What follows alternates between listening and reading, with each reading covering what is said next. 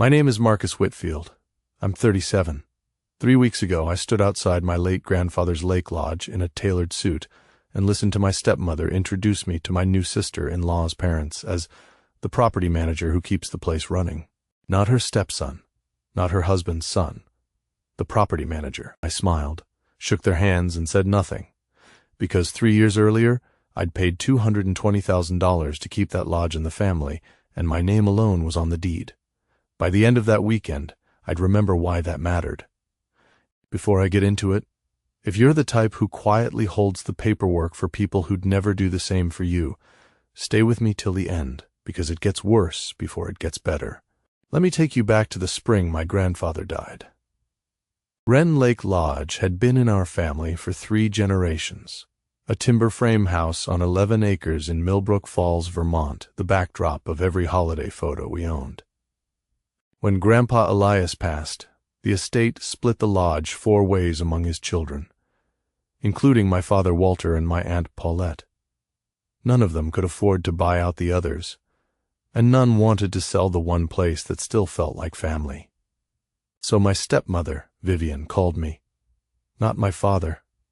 Vivian, Marcus, you're the only one in a position to do this, she said.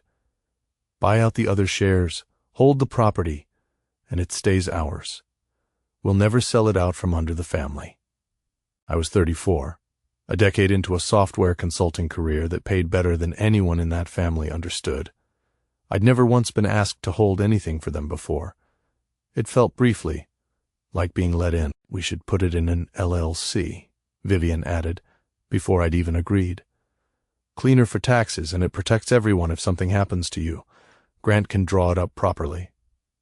Grant Whitcomb was the family's estate attorney who'd handled my grandfather's affairs for 20 years. I paid the $220,000. Grant formed Wren Lake Holdings LLC with me as sole owner and drafted a property use license granting my father and Vivian free use of the lodge, revocable, in writing, with 30 days' notice. Standard boilerplate, Grant said. Nobody reads these clauses. I signed it and forgot about it. 2 years later, my half-brother Tyler got engaged to Sabrina Ashworth, whose family owned 2 vineyards and a controlling stake in a regional bank. Vivian called me within the week, not to share the news, but to talk logistics. The lodge would be perfect for the wedding, she said. Rustic, but the Ashworths will see how established we are. Of course, I said. Whatever you need. Then, almost as an afterthought, and Marcus. Tyler and Sabrina found a house near the vineyard. They're a little short on the down payment, $85,000. We thought, since you're comfortable, and it really is for the family. I'd heard some version of this before. At 26, I'd co-signed Tyler's first car loan. At 30, I'd quietly covered 2 semesters of a graduate program he dropped out of. But this was a house, a number with a comma in it. I can do that, I said, but I want it done properly. A real note, Grant's office, interest, a schedule. Vivian agreed immediately, enthusiastically. Absolutely. We should always do these things properly. I remember thinking that was oddly generous of her. I understand now she wasn't protecting me. She was protecting the story she'd tell the Ashworths. The Tyler's family handled money like people who had it, not people leaning on the brother nobody mentioned. I wired the $85,000. Grant drew up a demand promissory note, payable in full upon written demand, standard interest, no fixed schedule. I signed it, filed it away, and went back to my life in Seattle. Over the next 4 months, I watched the wedding come together the way you watch weather move across a distant hill. Visible, but not touching you. Sabrina made a group thread called Ashworth Whitfield Wedding HQ. I found out about it when Tyler forwarded me a seating chart by mistake, subject line still reading, "For the girls." I called to ask if I should say a few words at the rehearsal dinner. Tyler said he'd check with Sabrina and get back to me. He never did. 3 weeks before the wedding, Vivian posted a family portrait from the lodge. Her, Walter, Tyler, Sabrina, and the Ashworths, arranged on the front steps like they'd built the place themselves. The caption read, "Grateful for the family that raised us to this moment." I wasn't in it. I told myself photo sessions are for the wedding party. I told myself I was overthinking it. I booked a flight anyway. Seattle to Boston, Boston to a puddle jumper into Vermont because it was still my brother's wedding, and I still believed showing up counted for something. I texted Vivian when I landed. Just got in. Excited for tomorrow. 40 minutes later. Great, see you there. No time, no arrival instructions, nothing about where I'd even be sitting. I checked into the one inn in Millbrook Falls, still taking late bookings. The owner recognized the venue's name. "Oh, the Whitfield wedding. You're so lucky it's in the family." I went to bed early, the way you do before an interview you've already decided you're not going to pass. Saturday afternoon, I drove up the gravel road to my own building. Cars lined both sides, more than I'd ever seen there. Valets in vests, a tent glowing gold through the trees.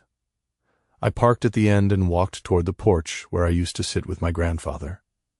Vivian stood at the top of the steps in champagne silk, holding a clipboard she didn't need, performing hostess. When she saw me, her face went still, the way a screen goes still right before it freezes. "Marcus, you made it." Not a question, not a welcome. I did.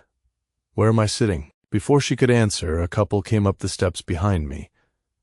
Eleanor and Preston Ashworth, dressed like they'd stepped out of a Nantucket catalog. "Vivian, this property is stunning," Eleanor said, smiling at me the way you smile at a stranger. "However did you manage to keep it in such beautiful condition?" Vivian's hand landed on my shoulder. Not affectionate, positioning. "This is Marcus. He handles the lodge for us, keeps it running, does the grounds, all of it. We couldn't manage without him. Property manager, grounds, all of it." I stood there in a suit I'd bought for $400 while my stepmother introduced me to strangers as staff in a building I had personally paid for, twice over, if you counted the note. "Nice to meet you," I said. I don't fully know why I said it. Some habits are older than your own good sense. Eleanor moved on toward the tent. Vivian's hand dropped from my shoulder the second she was out of earshot. No apology, no explanation, just quietly, without looking at me. "Please don't make this complicated today." My father appeared in the doorway, saw me, and found something urgent to say to a groomsman instead.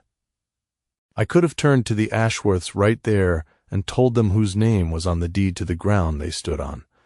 But I thought about my brother inside that tent, about to get married, and thought, not today, not like this. I set the gift I'd brought, a hand-turned wooden clock made from lodge cedar, on the porch railing. "Congratulate Tyler for me," I said. Then I walked back down the gravel path, past the valets, past the string lights, got in my car, and drove back to the inn. I didn't cry until I was in the parking lot. Quiet crying. The kind where your chest shakes, but your mouth stays shut, because some part of you is still worried about being watched. If your own family has ever made you feel like a guest in a place you paid for, you already know what that drive back felt like. Tell me in the comments, has anyone ever made you feel like staff in your own house? And if you're still with me, subscribe to Aunt Justice, because the story's about to turn. That night I opened my laptop on the hotel bed and did something I hadn't done in 3 years. I actually reread the paperwork Grant had drawn up. The operating agreement, the property use license, the promissory note. The license was revocable by the owner, in writing, for any reason, with 30 days' notice. The note was payable in full upon written demand at any time, no conditions. Vivian had insisted on both documents. She'd wanted everything done properly, so the Ashworths would never suspect the family needed help. She'd built the very mechanism that made me, quietly, the only person in that entire wedding with the power to end it. I didn't do anything that night. I let it sit.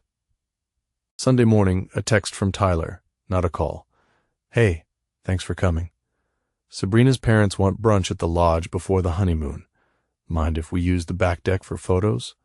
Appreciate you being flexible about the property stuff, lol." Flexible about the property stuff. My own building. A punchline. I called Grant Whitcomb on Monday morning. Grant, I want to exercise two things. First, formal 30-day notice terminating the property use license, effective today. Second, a written demand on the promissory note, full balance, per its terms. A pause on the line.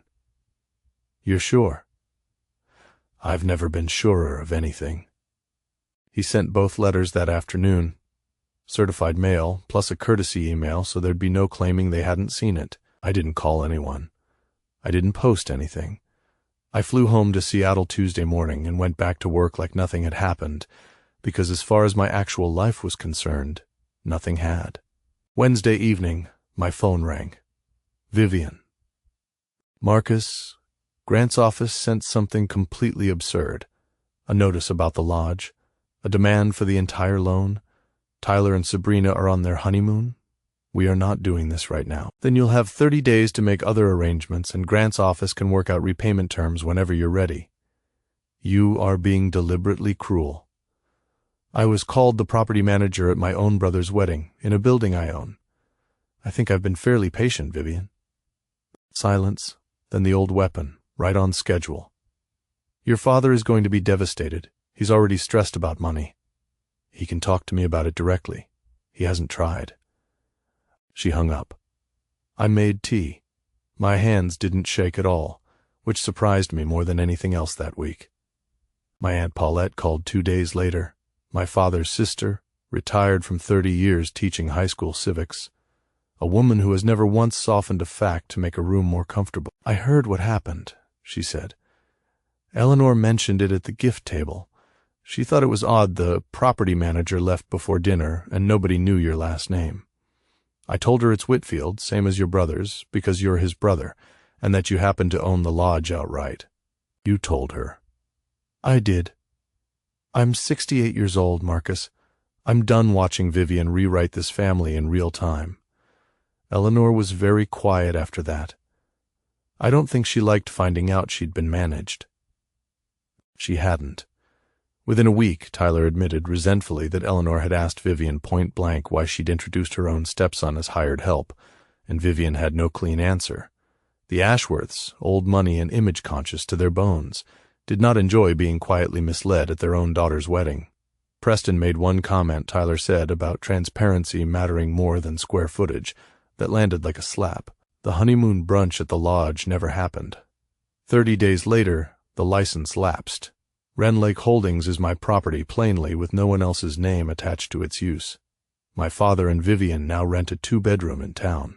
Grant's office worked out a 5-year repayment plan on the note, at a fair rate, because I never wanted to bankrupt my brother. I wanted the paperwork to mean what it said. Tyler texted a month later, angry. Accused me of blowing up the wedding over a technicality. I told him the technicality was Vivian's idea, and I'd simply stopped pretending it didn't apply to me. He didn't respond for 2 weeks. When he finally did, it wasn't really an apology, mostly the loan payments, and how tight things were with a mortgage and a note both. I told him I was glad to talk terms any time.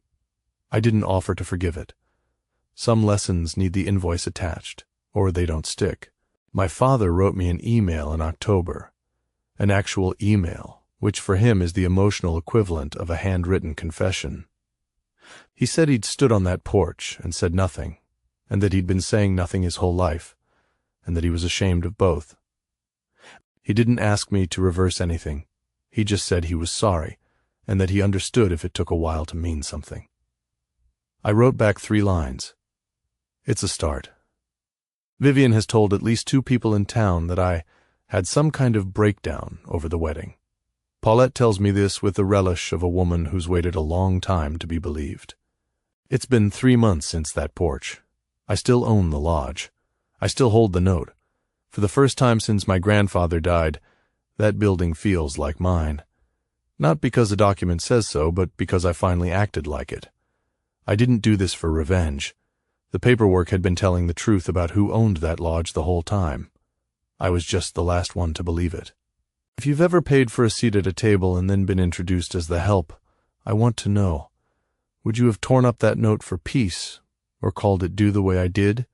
Tell me peace or paid in the comments. And if this story hit something true for you, hit like, subscribe to Aunt Justice, and I'll see you in the next one.